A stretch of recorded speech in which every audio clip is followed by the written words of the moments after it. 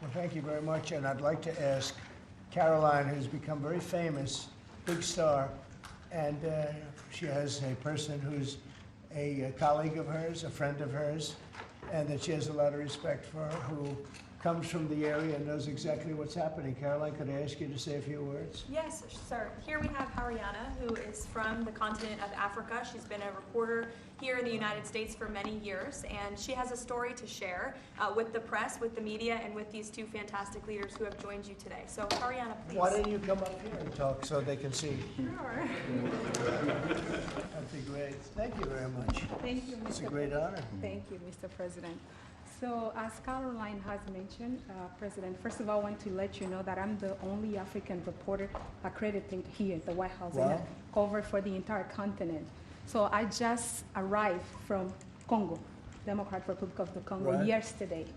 I went to see firsthand how the people is feeling and the president's message, President Felix Tshisekedi, about this upcoming peace deal. And let me tell you firsthand what I've witnessed myself. I spoke with the people on the street. I spoke with youth. They know your name. They know that our president named President Trump is working hard to finally bring peace to the country. I saw hope. They have hope now for a better day in Congo. They see what you're doing as a future, better future for Congo. And I had opportunity to sit down with President Felix Tshisekedi for an interview because I want to understand his mind, what he's thinking, his feeling about everything that your administration is doing.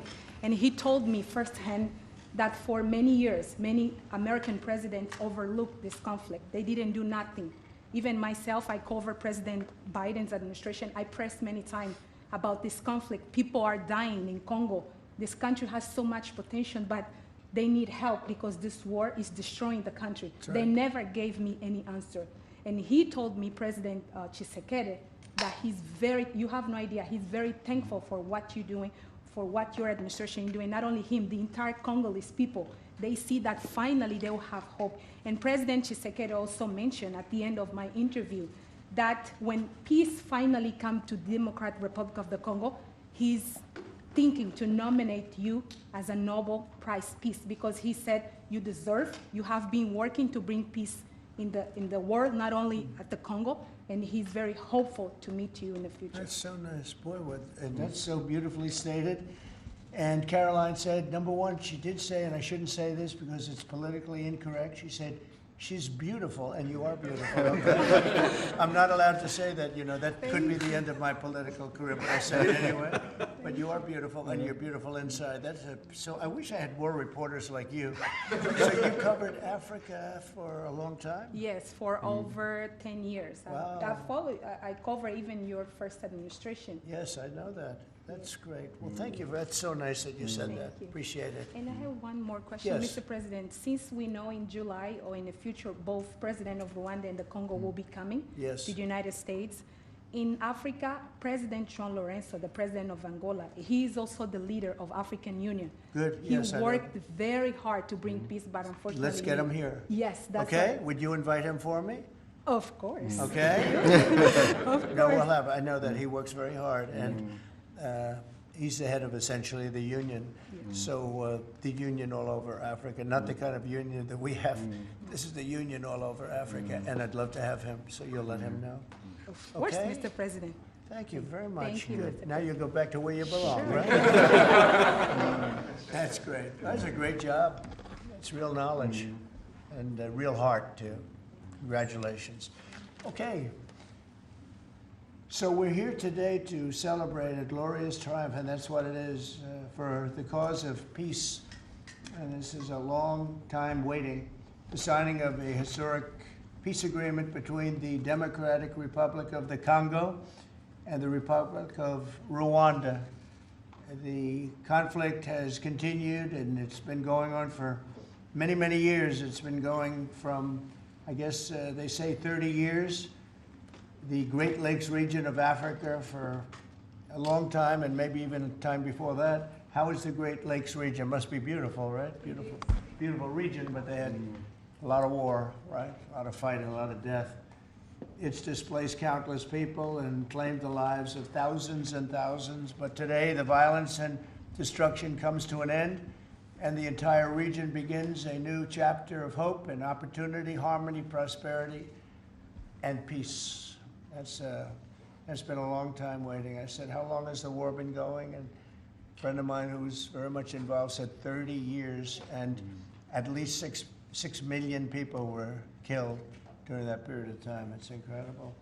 And somebody said that was actually, it's the biggest war on the planet since World War II. So it's a shame, but we're going to bring it to an end. I want to express my gratitude and congratulations to the representatives of the Democratic Republic of the Congo and the Republic of Rwanda, who signed this pivotal agreement a short time ago. They just signed right in front. And let me also thank Secretary of State Marco Rubio, who has worked very hard on this subject, and we've worked on it together, for his outstanding leadership, as well as Senior Advisor for African and Africa Affairs, Mossad Boulos, who's, as you know, spends a lot of his time in Africa, and he's very comfortable there. I said, were you at all uncomfortable with all of the turmoil and all of the killing? And he said, no, I wasn't uncomfortable, and that's what you need. You need somebody that's going to be able to get. So, Mossad, I want to thank you very much for the job you've done. Amazing guy, actually. I also want to thank African Union, Qatar, Togo, for working closely with the United States. And I know Qatar was really working hard, and African Union, we just spoke about that. And I look forward to having them representatives here when we do the official meeting, and that'll be sometime in July. And we look forward to it. And you better be here covering it, okay? We're not going to stand anybody else covering it but you. But this is a tremendous breakthrough. In a few short months, we've now achieved peace between India and Pakistan, Israel and Iran, and the DRC and Rwanda, and a couple of others also. Serbia, you know, they were getting ready to go to war with a group I won't even mention because it didn't happen. We were able to stop it, but I have a friend in Serbia, and they said we're going to go to war again. And I won't mention that it's Kosovo, but it's Kosovo. But they were going to have a big time war, and we stopped it. We stopped it because of trade. They want to trade with the United States. I said we don't trade with people that go to war. And we said that also with, if you take a look at Pakistan and India, it was great. They have two great leaders, and they were able to stop. They were in the midst of a big fight, I guess everybody saw, and it was going to get very bad. And they are nuclear nations, very powerful nuclear nations. In the months and years ahead, my administration will continue to work closely with all of the parties in this deal and ensure the agreements are fully taken care of, and you're going to do what's in the agreement. We'll say you better do what's in that agreement, right? Because if somebody fails to do that, bad things happen. But I have a feeling that after 30 years, I think after 30 years, you're all set. We are. I think both of you have said that's enough, right? That's enough. Yeah. That's enough. You've seen it all. So this is a wonderful day. It's a great day. We've had some tremendous success. It's been a great week between just coming back from a very successful trip. NATO's really pulled together. They have. They're going to spend over $1 trillion a year. Nobody expected a thing like that to happen. And we had the war, as you know. We call it the 12-day war. It was exactly a 12-day war, and we ended up with no nuclear weapons. That's what we wanted.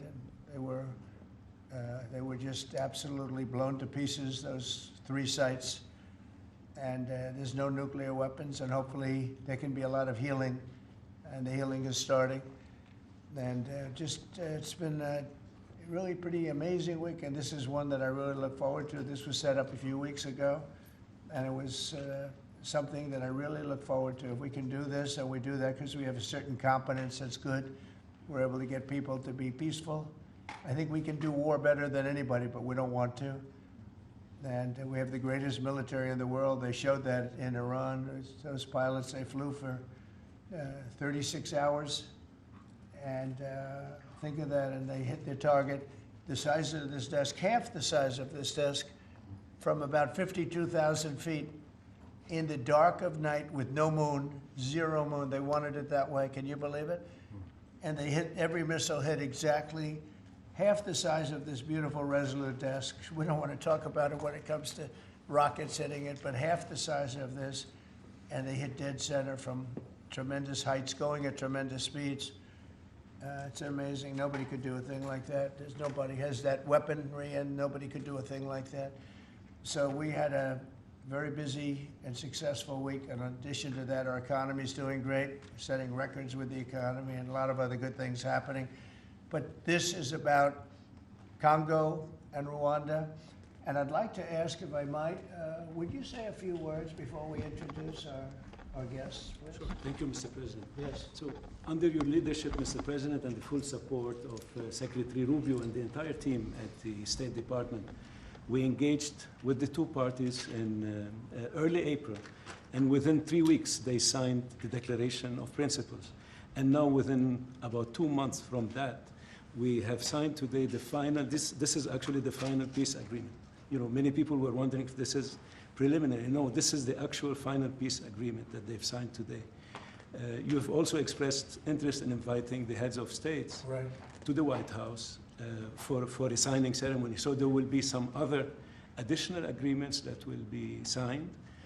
In addition to this, which will become known as the Washington Accord with regards to the Great Lakes region. That's great. There are some economic... Why not the Trump Accord? If you wish. I'm only kidding. That'll be headlines there. I think that's a great name, Washington Accord. Beautiful. And there's an economic aspect as well that is extremely important for both countries. They have also worked, last week we finalized the regional economic integration framework, which both countries will be signing at the White House here during that ceremony. And That's going to be a great ceremony. Absolutely. Right? We're going to make that a great ceremony and bring other people that were involved, some other people. Besides the gentleman we talked about who we know has worked so hard, if you think there are other people that are deserving, let us know. Okay? Sure. And there will be some bilateral agreements. We're negotiating a minerals deal with the DRC for critical minerals. Many American companies have shown interest in investing in the DRC, and these we're talking about long-term investments. Same thing with Rwanda. Many American companies have shown interest, and not only in mining, but also in the midstream and downstream, which will be the processing of minerals. We're also working and supporting the Lobito corridor, which will help building the infrastructure. Just 2 days ago, the United States signed, and supported a project of $1.5 billion for electric transmission from Angola to the DRC. And there are many other projects of that nature lined up.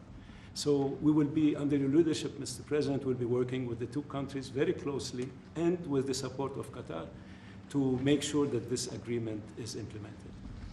And a lot of our companies are in both of these countries now, especially since we've been getting along so well. It's probably the way we were brought together. And we have a lot of our big companies are there, between rare earth and all of the other things that they do in Africa, which is very greatly expanding, especially in these two countries. You have earth, they consider it to be about the best in the world, actually, I've heard. So we're doing a lot of different things, and it's all going to bring everybody together. That's how this all began, I guess. But the big thing is, the big thing for me is there's really only one thing, and that's getting a peace treaty with two countries that have been fighting for 30 years. And but I want to thank you all. Will, if you could, Yes, you could bring the letters over. Of course, sir. So in front of you, as you said, sir, these are the actual agreements that were signed respectively by the foreign ministers of the Democratic Republic of Congo and Rwanda earlier today, witnessed by Secretary Rubio. We've also prepared for you 2 letters. This is to President Paul Kagame of Rwanda, expressing your appreciation and congratulations for everything that's happened already, and of course inviting him to Washington for, as Dr. Bula said, what we hope will be the Washington Accords, finally setting the terms for peace and prosperity in this region, hopefully for a very long time. That's great. That's beautiful. Very important. We're going to put a picture in there, right? As soon as this is over, they're going to put, we have a fast-moving photographer, Dan. He's going to put a nice picture of us Great. here, okay? Thank you. That's for you. And, Thank you. Thank you very and much. this is a letter to President Chikisade of the Democratic Republic of Congo, again congratulating him on settling this long-running war and inviting him to Washington, D.C. for the final conclusion of the agreement, hopefully soon. That's great.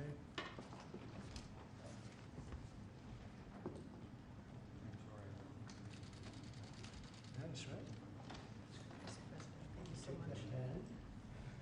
Take that pen. Thank you very much. Okay. So I'd like to ask JD to say a few words, our great Vice President, and then Marco, and go ahead. Great. Well, first, let me welcome the foreign ministers of Rwanda and Congo. It's great to have you in the Oval Office. And second, let me say congratulations to the President, to Secretary Rubio, and the entire team. I think for the people of these two countries, they should know that the United States is committed to the pathway of peace. But to my fellow Americans, this is really a celebratory moment. This is a big moment for our country because under the President's leadership, we've taken what was 30 years of killing and war, the worst war in terms of death count since World War II, and now we're on a pathway to peace. And so if I think about what I know about these two countries, for 30 years, pretty much the entire time that I can remember these two countries being in the news, much of the story has been about them fighting one another, about them killing one another. And now we can look forward to a future where my children will look at this moment as the beginning of a new story, a story of prosperity and of peace. So thanks to the President, congratulations to the entire team, and to my fellow Americans. We should all be really proud because it's amazing what active presidential leadership can accomplish when it's geared towards peace and prosperity, and that's what we have in the Oval Office right now. So great job, sir. Thank you very much, JD and Marco, and then we're going to ask the two principals to speak. Yes, sir. Mr. President, first of all, thank you. When I first came on this job a few months ago, you made it very clear that one of the priority of this administration under your leadership was going to be the pursuit of peace. And from day one, whether it's been in Ukraine and Russia, whether it's been Pakistan, India, whether it's been Iran and Israel, and in the continent of Africa, your priority's been on peace. And today we see this come to fruition. It's sad. Wars get a lot more attention than peace. But peace is harder than war, a lot harder. And I want to congratulate both of the leaders here and their respective presidents for choosing the harder path, which is often peace, than the easier path, which sometimes is war, as costly and as bloody as it may be. And I echo the Vice President's statements, and that is that Americans should be very proud that the #1 voice for peace in the world today is our president, your president. And so thank you, President Trump. And I want to, again, recognize Dr. Boulos and the work he's put into this from day one. He's really put a lot of time and effort, and as our friends from the respective countries can share with us. And last point, I do want to thank, you've done this already, but the African Union, Togo, and Qatar, who have been extraordinary partners and whose help we're going to need to continue to receive in order to bring all this to fruition. So congratulations to both of you, and thank you, Mr. President. Great job you've done. Do you want to start? Either way, would you like to start? Ladies first, maybe. Okay. Thank you so much. Thank you Again, very much. thank you so much, Mr. President, for having us here. I think I can summarize my contribution in 3 main points. First of all, thank you and congratulations indeed for this remarkable milestone, which is putting an end to 30 years of conflict and of suffering, and which is redefining the perspectives that millions of Congolese and of citizens of the greater Great Lakes region will have. The second point is stay committed, stay on board. We need the United States to make sure that this agreement holds and that you hold us accountable. And the third point is, if you stay on board, I think there are so many perspectives that we can transform our partnerships through and that can usher in an era of prosperity, of growth, and of shared bilateral relationships that go well beyond the challenges that we've shared together, and that can at least, or finally, focus on the potential and of the wealth that we can share. So again, our heartfelt gratitude to you on my behalf, but more importantly, on behalf of the people of the Democratic Republic of Congo. Thank you so much. Beautifully spoken, and I look forward to seeing your leader. They will, highly respected person, as you know. Indeed. Highly respected all over the world, but in Africa in particular. So sometime in July, we'll do something, big ceremony. We look Okay? forward to it. Thank you very so much. Please. Thank you very much, Mr. President. This is indeed a historical day because it's the signing of a peace agreement between Congo and Rwanda to end a conflict that has been going on for 30 years. And there has been many mediation, facilitation in the past. but none of them succeeded. And we believe that it's because of your leadership and your steadfast commitment to this process, with also a new approach of economic integration, regional economic integration, which is important to allow Rwanda and DRC working together, because this is a very rich region with cross-border trade, with the minerals, with natural wealth. So with the US standing side by side with Rwanda and DRC, we believe that we will achieve a long-time peace. And we also believe that, as my colleague from DRC stated, it's important for the United States to stay committed, because today we signed, but now we need to implement what we have signed in order to open this new era you were talking about of prosperity, so that we can reap the economic dividend of peace. So for this economic integration framework to be implemented, it's important for the US to accompany the parties to implement what we have signed, because in the past we have signed so many agreements that were not implemented. And we are really, we believe that with your leadership, with the involvement of the United States administration, we will reach that goal. So thank you very much, Mr. President. Well, this will happen definitely. I can reach over. Do you want to just press them over to me? Sure. Let me have them. And I just wanted to give you each. These are your signed agreements. And we'll make sure that you follow through. We'll make sure you follow through. Yeah. We'll make sure that you follow through. Okay, that's for you. And we have one other thing that we're going to give, that we give to special people only. It's a coin. Thank you. And I hope you do that. I'm going to give you a second one for your leader. Oh, cool. Thank you very much. And likewise, we'll do that. These are serious coins. You don't want to lose them. You'll be very. I think that your reporter from Africa should get one. What do you think? Is she allowed? I saw. I think yes. Are the reporters okay with it? Brian, yes? Darling, that's for you. Okay? You did a fantastic job. Thank you. And I heard you do a great job in covering everything. Thank you. And Mr. President, we actually have the pictures that you took earlier Oh, of the let me foreign see that. ministers here already. Thank you so much, Mr. President. Thank you. Let me see that. They're in this folder right here, sir. Okay, this one? Yes, sir. Oh, they look better than me. I don't like it. I don't like it. That's beautiful. That's very good. We have a good photographer. Beautiful. That's great. You better, I'll tell you, you better do the job here. We're going to come down hard. It's beautiful. Thank you very much. So we'll put them in. That's for you. I can do that. Okay. That's for you. This is for the Congo. And what is it? For the Congo. Yes. The visa. Okay. Let's see, do we have two of them? I think so. He wouldn't give us one, he would have made a big mistake. Isn't that nice? That's for you. That's for you. Thank you, Mr. President. Thank you very much. And you're all set, and this is for you. You're going to Yes, get this. Good. Might as well hold it. Thank you so Thank you much. very much.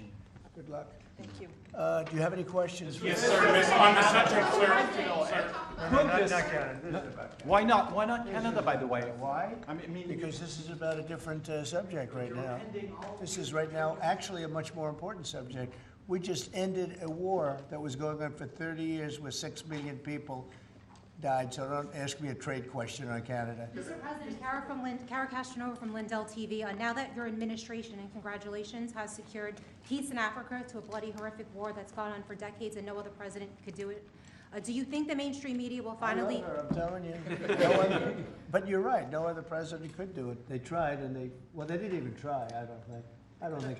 I actually don't think they tried. Do you think Biden tried? He didn't know he was alive. Do you think the mainstream media will finally give you credit where credit is due? No, the media will never give me credit, but the people give me credit. That's why I'm here.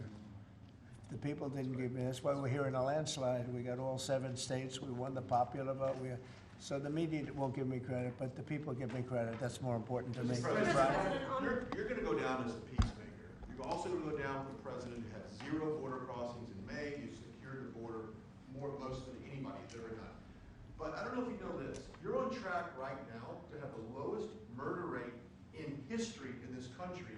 And I think a lot largely go to the fact we closed down the border. If you want to comment on that, you might go down as the lowest murder rate in U.S. history. Yeah, I saw that the other day, and it's an honor. I mean, and that's really even better because, you know, we've taken a lot of illegals into the country through the Biden administration that are murderers, 11,888 to be exact.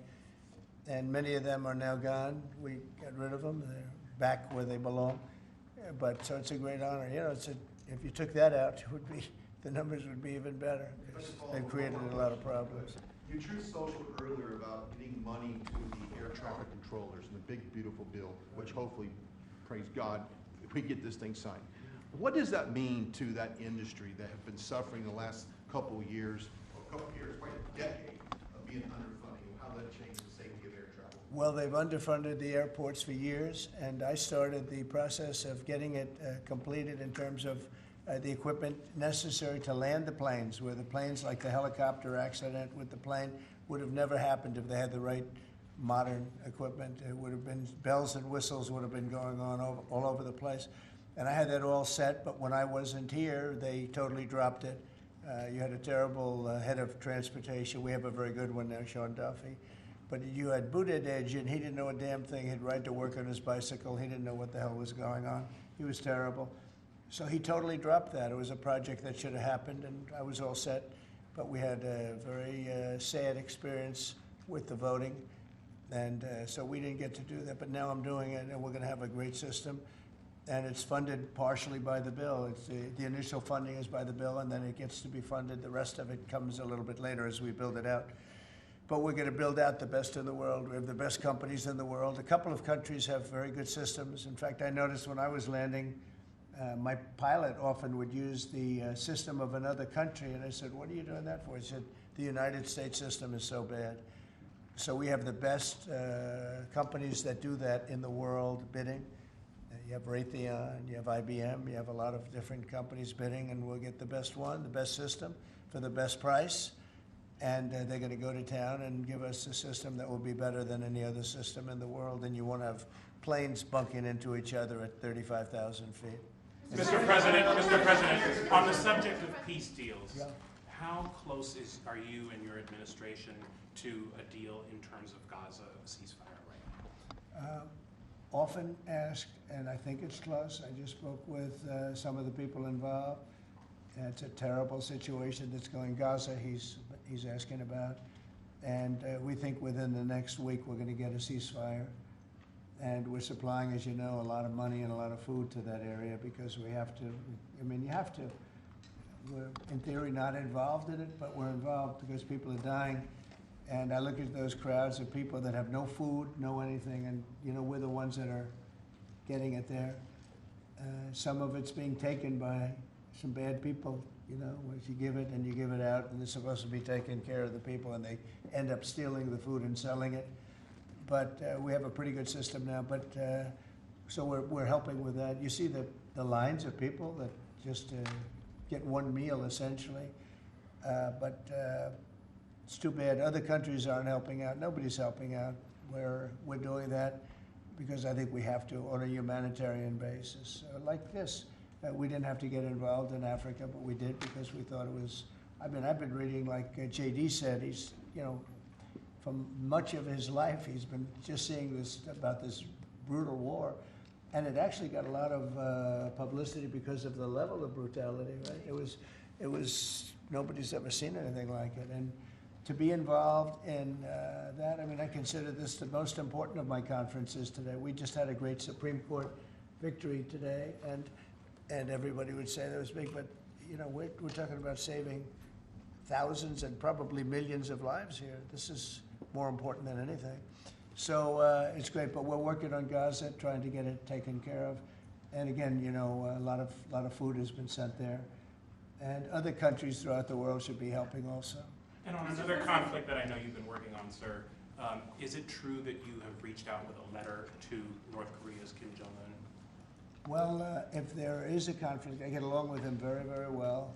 and we'll get the conflict solved with North Korea. I've had a good relationship with Kim Jong-un, and I've gotten along with him really great, so we'll see what happens. But somebody's saying there's a potential conflict. I think we'll work it out if there is. It wouldn't involve us, but again, we're very far away from a lot of these places that we're solving problems with. But I enjoy doing it, I like doing it, and it's the right thing to do, and we have an ability to get it done, so we're solving things that we didn't have a lot to do. Serbia, Kosovo, I told you, we solved a potential disaster. I can tell you that some of the countries that you're not going to hear about, but some countries that were ready to go to war with their neighbor are not going to go to war with their neighbor, and that's a great thing. We have a number of them.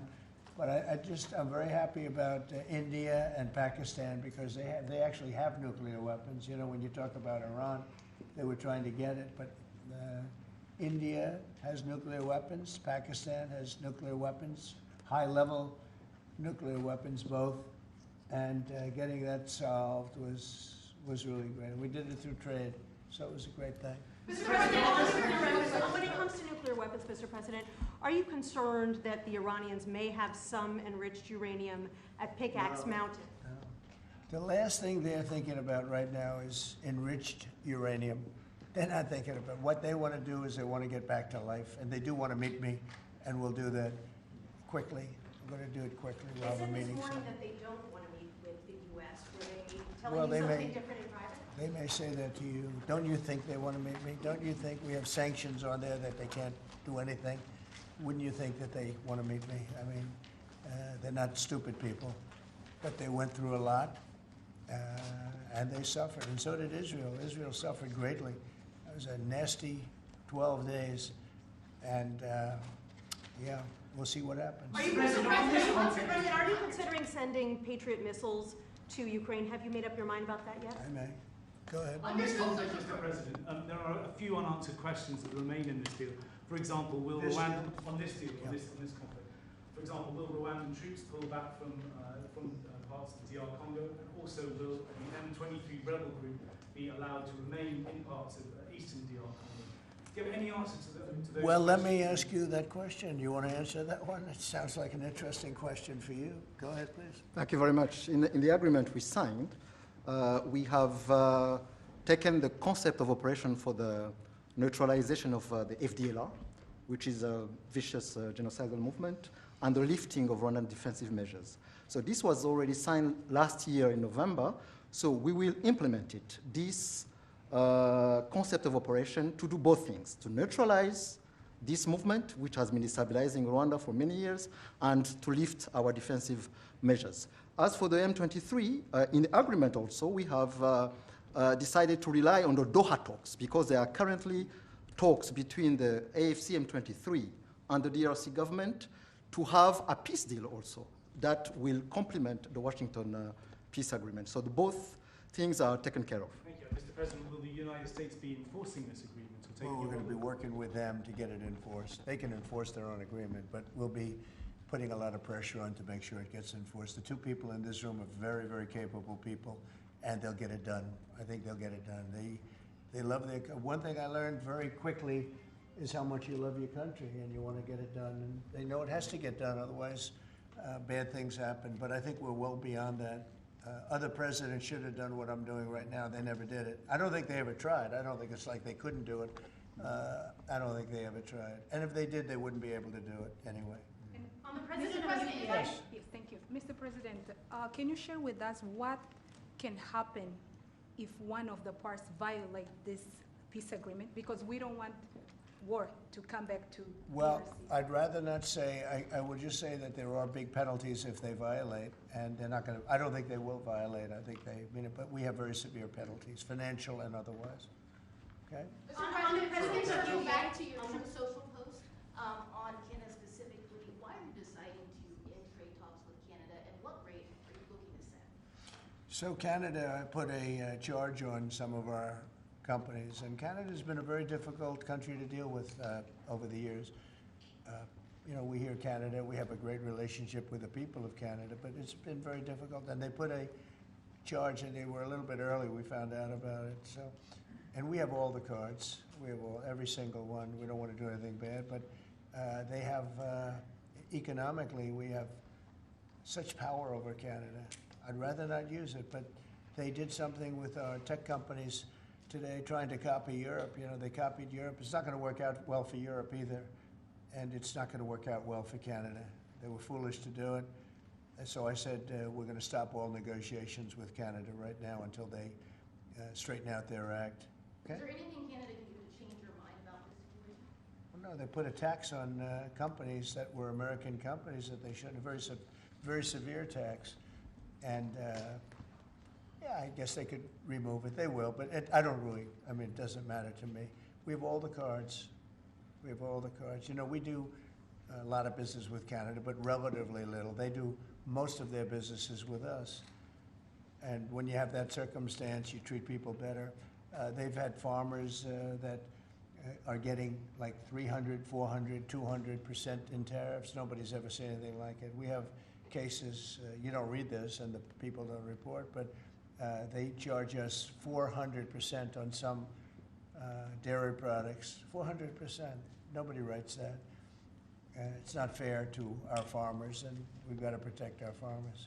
Sir, you just, sir. Yeah, Brian, go ahead. Mr. President, you mentioned how much of a rate cut we would do to the interest on the debt. Earlier today, Director Pulte was on CNBC talking about how he suggested Powell should resign. Any comments on whether or not Powell should step down? I know you've been. Well, I don't have a comment. I'd love him to resign if he wanted to. He's done a lousy job. Look, if you were there, you'd say, well, you know, the United States is doing well. They have no inflation. And if they do get inflation in a year or two, we'll start raising the rates. We'll get rid of the inflation, you know, and do other things. Biden had the worst inflation in the history of our country. 19%, but I think it was much higher than that. Frankly, they say 19%. I say, I think it's a lot higher than that. And we have almost no inflation now. We've done a great job in a short period of time. Energy prices are way down. Gasoline now is down to close to $2 in a lot of places. A couple of places I see it even broke. It's like $1.98 a gallon. We've done a great job on inflation and honestly, pretty much everything else. I think it's very sad the way people act. You know, you have a guy in there that with the stroke of a pen could lower interest rates and save us hundreds of billions of dollars a year. But he's a stupid person. You know, it's very interesting. I'm not sure if he doesn't understand it, because you should be able to understand it. It's sort of 101 economics, but I'm not sure of that. But think of it, with the stroke of a pen, he talks about costs. We can save $600 billion. Maybe even, these are nice numbers for you, right? $900 billion, $950 billion by lowering interest rates. And it's really just more of a paper movement. It's not like you're not cutting anything, you're not cutting jobs, it's just interest rates. And we're number 40 or 44, number 45. Some places that you wouldn't believe that, you know, I don't want to be disparaging, but they pay a lower interest rate than the United States of America. And without us, everything blows up. You know, we sort of control the world in that sense. But we have a guy that's just a stubborn mule and a stupid person that is making a big mistake. He's making a mistake. And it lasts for years, because when you do the debt, now, I've instructed my people not to do any debt beyond 9 months or so. Get this guy out. And whoever is in there will lower rates. If I think somebody's going to keep the rates where they are or whatever, I'm not going to put them in. I'm going to put somebody that wants to cut rates. There are a lot of them out there. And I said this morning, a lot of the business shows today were saying, you know, Trump is right. He should be cutting rates. Think of it. We have a great country. We're making a lot of money. We're taking in billions of dollars in tariffs. We have $15 trillion of money that wants to be invested here, which is a record. In 2 months, it breaks any record that we've ever had for a whole year, and not even close. 15 trillion, and it's going to be much higher than that. That's after essentially 2 months, because, you know, we've been doing it for about 2 months, 2.5 months. $15 trillion breaks every record in the book. There's never been anything like this. We have factories moving in, we have car plants moving in, we have everyone wants to be part of the United States. And as I told you, and I say it to everybody, when I was in the Middle East, the King of Saudi Arabia and Qatar and UAE, all great leaders, they have all great leaders. All three of them said, you got the hottest country in the world, and you did it in, at that time I was there for 4 months, because we got back a little while ago. But everybody says it, not only them. We have the hottest country in the world right now. The only thing is we have a Fed chairman that is, he doesn't get it. And you could have substantially lower. Like if we cut him 2 points, would save more than 600, think of it, more than $600 billion just because you cut. But you can't go out to the market and say, well, we have a guy that's got us at 4% or 4.5% and we want to pay 2% or 1%. I think we should be paying 1% right now. And we're paying more because we have a guy who's, you know, suffers from, I think, Trump derangement syndrome, if you want to know the truth. But he's not good for our country. The president of UVA. No, Did you push not the you, president? not you. A related question on banking. There have been reports, Mr. President, that your administration is considering issuing an executive order about debanking, which is the practice of banks denying services based on people's political beliefs or industries such as crypto, people involved in that. Would you be open or interested to sign such an executive order targeting debanking, and what might Well, I think the debankers, I think that banks, I can tell you because I've been a victim myself, because of my politics, that big banks were very nasty to us. And I actually think it was Biden's people that told them to be, because the one group of people that banks are afraid of are the regulators. They are petrified of the regulators. And I've seen the biggest banker. I can tell you, you see him on television all the time. If a regulator walked into the room, he gets all nervous and crazy. They're afraid of the regulators. And if the Biden people order the banks to be virtually closed, they can do anything they want. The regulators control the banks. It's not the president of the bank. The president of the bank is far less important to a bank than a regulator. And a regulator can put that bank out of business, just like bad prosecutors are very dangerous. You know, we had a couple. I had deranged Jack Smith and some others. And we kicked their ass, but it was, you know, it's a tough kind of a situation. Prosecutors are very dangerous. A great prosecutor is an amazing asset for a country, but a corrupt prosecutor, a bad prosecutor is very bad. Well, the regulators are the same thing, and when they tell the regulator to go and make life impossible for big banks or little banks, they really control it. So there is a lot of debanking, and they call it debanking, call it a lot of different names. Essentially, they make it impossible to do business, and those people are very bad and very dangerous, and they shouldn't be doing it. You told us that on taxes, Mr. President, could you please explain how taxes would go up by 68% if the bill isn't passed? Where does that number come from? Well, it comes from the fact that you have automatically the Trump cuts, which were the biggest cuts that we've ever had. Now, these cuts are even bigger. But from the last administration, we had the Trump cuts. It was a 5-year deal, and it comes due. When you add that to the cuts that you already have and other things, it amounts, according to what they tell me, about 68%. That would mean you'd have a tax, so that you know that the tax cuts that they got, the biggest tax cuts in our history, would immediately go up to that level. And that alone is a big chunk of the 68%. And then you have the other taxes that would accumulate, and they say that you'd have about a 68% tax increase. Sir, you said a moment ago that it won't work out very well for Europe on trade. Does that mean you want to cut off those negotiations as well and just tell them what? No, well, they've been very tough. The European Union was formed in order to take advantage of the United States on trade. That was why they were formed, and they're nasty. They're very nasty. We have a good relationship. I'm dealing with Ursula right now and the group.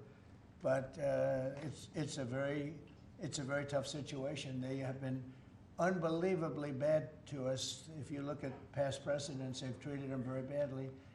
They're being very nice to me because I get it. I know the system, and we have the cards. We have the cards far more than they do, and they have not treated us well. And they're coming to us right now. You know, I said I was going to put on a 50% tariff. As soon as I said that, I put it out on Truth. As soon as I said that, they came to the table. They didn't want to come to the table. My people were telling me, Scott was telling me, and the whole group was telling me that not a good situation. They want to tap it down the line. They don't want to really deal. So I said, we're going to put a 50% tariff on you. And Howard, as you know, was very much involved, Lutnick, Commerce, and he said they don't want to talk. As soon as I put that on, I was getting calls from them like, can we meet tomorrow? And the problem is they have a lot of very unfair taxes. They have a lot of taxes that you wouldn't put on, and they sue all our companies. They're constantly suing Apple and Google and all of these companies, and they're getting, in front of judges that essentially almost work for them. I guess they do work for them, the European Union judges. And they're getting these crazy rewards. Apple was fined $17 billion, and others are being fined tremendous numbers of dollars. They're nasty people. And I don't want them affecting U.S. companies. I don't want that. If anybody's going to affect a U.S. company, I want it to be us. And if they're going to have to pay a penalty or a fine, let it be to us.